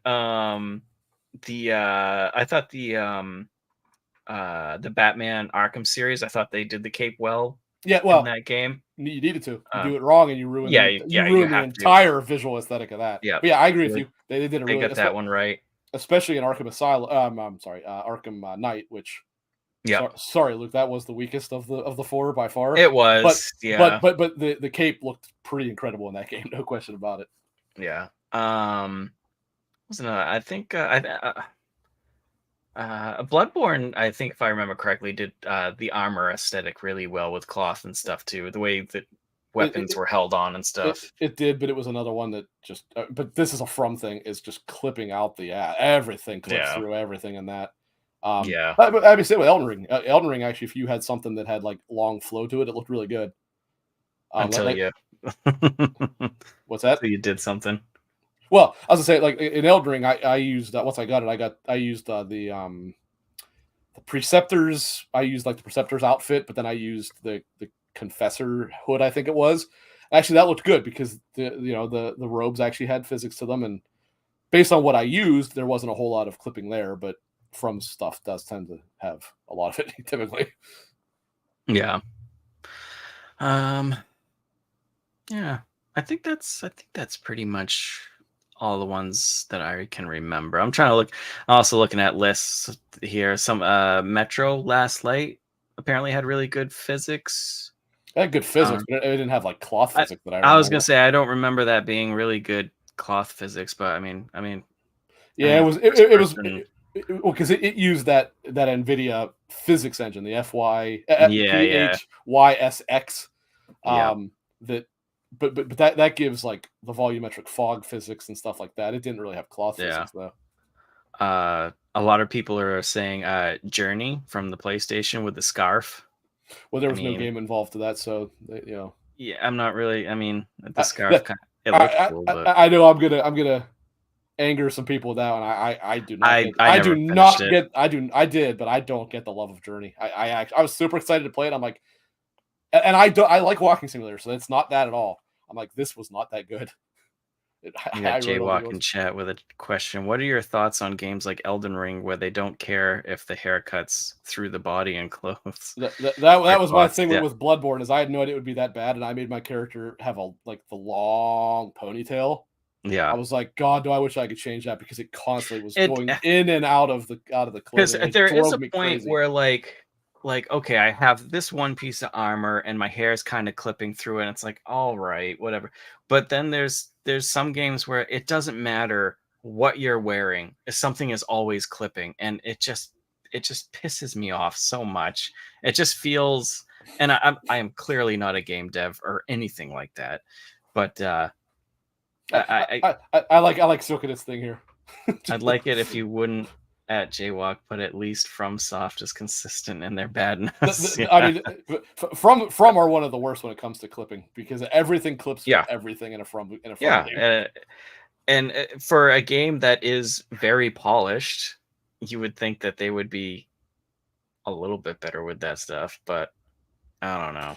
I mean, I get it. They're putting their effort into into making sure that like things matter based on the frames and stuff like that. But and the part is like FromSoft, like specific Souls games, tend to actually have a really good aesthetic to their armor designs and stuff like that. And it's just a shame that moving around. It is a shame that they don't put more effort into making sure that they continue to look good even when you're moving. But at the grand when you're standing still, they look amazing. But yes, it's like you said with Ghost of Tsushima, it looks pretty much all the time looks good. But if you are wearing one of those hats, your sword's going right up through it. And man, it's a small thing. It really is, but it ruined it for me. It irks the shit out of me. You know what? It's not clothing and it's not hair physics, but when you're in a first-person shooter game, and it doesn't happen often now, but it still happens, is that your gun, when you go up towards a wall or around a corner, like the barrel goes through the wall a little bit or something. That annoys the shit out of me. But yeah, like Jaywalk said, they clearly don't care at that point with that one. I definitely care. It's what I was just saying, is it ruins a lot. Yeah, I think it's just From Software's like, you know what, we did so much into this can be whatever. And in the grand scheme of things, I get it. It is just one of those small things in games that I notice, and it irks me. It has nothing that will affect gameplay or make the game bad, but it does take me out of the like stealth part or whatever. If my cape is tacked onto me, it takes me out of it a little bit. But it genuinely, and this is not a joke, it genuinely affects what I will and will not equip on characters at times. I'm like, for sure. If it clips too much or whatever, I won't. That ruins the whole look to me, and I won't use it. For sure. Yep. Transmogging in games needs to be all around standard. Yes. It really does. Really does. I think that pretty much covers that. And do we want to do an Around the Nerd today? We are running. I didn't even think of one. We're probably running a little long. Maybe hold it for next time. Yeah, next time. I was thinking. I was thinking next week for anybody that's gonna come around next week. I was kind of thinking I'll throw it out to you and talk about it too. I was thinking about games that are out or got announced, and it's like, why is this being made? Like, who asked for this game? And just kind of talk about some ideas that we Fortnite. Got. I've got one. God. Throwing that out there. Like, nobody asked for it before it came out, so I'm not wrong. I'm not wrong. Nope. It's it's very true. But one thing, and we might as well settle it now, would have to do either Thursday or Friday. I cannot do Saturday. Next weekend is my anniversary weekend, so I cannot do I will not be available Saturday. And now that you mention it, I can't do Saturday and can't do I might be able to do Friday. You said you can't do Friday. I can do Friday. I cannot do Saturday. I might be able to do Friday. Can't do Thursday. Rating. I probably can do Friday. I can probably do Friday. All right. Because I'm going to a fair on Friday, but we usually get back in plenty of time. So I should be able to do Friday. Okay.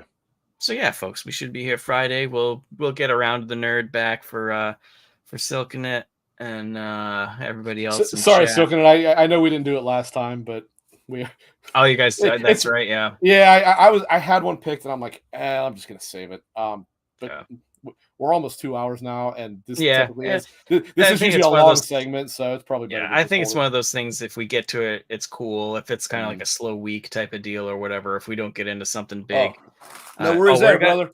No worries there. We got you. I literally went into the kitchen to grab one earlier, and I know I grabbed one. I don't know. You ate it already. The freaking dog took it. I don't know. So I'm gonna go grab one. I'll be right back. Okay. Oh, here it is. I found it. Oh, you found it apparently. I left it on the stove on the way on my fire stove on the way here for some reason. I don't know. So I think we'll go with you should have used Accio fortune cookie. Yeah. And it's not in the Slytherin cape. It was over gone. Yeah, Accio fortune cookie. Nissa says, I want a cookie from my mom. My mom makes awesome cookies. Well, have her bake some cookies for the show and send them, and we will send half to him and half to me, and we'll review your mom's cookies live on air. That's a new that's going to be a new thing. Everybody send us cookies. We'll eat them, and we'll tell you how good they are. Yep. Yes. It can be old and stale by the time it gets here. That's fine. That will affect the rating, though, just forewarning. So you might not want to do that. You better send it overnight. Nissa, you can ask, and I am serious. If we get cookies, I will review them. We are all about everything on this show, unscripted, unabashed. So, Clint, I think I have to go first on this because mine really answers whether I can or cannot get a PS5 Pro, I think. Oh, okay. And the answer, I believe, is unfortunately no. Treat yourself to something of quality. So I think the Pro's out of the question. Will it be quality? That's the problem. That's the debate. Is it good or is it not? We were joking about it earlier, too. I was like, if we get the PS5 Pro, I was like, can I write it off as a tax write-off for the podcast? Like, is there some way that I can do this? I don't know.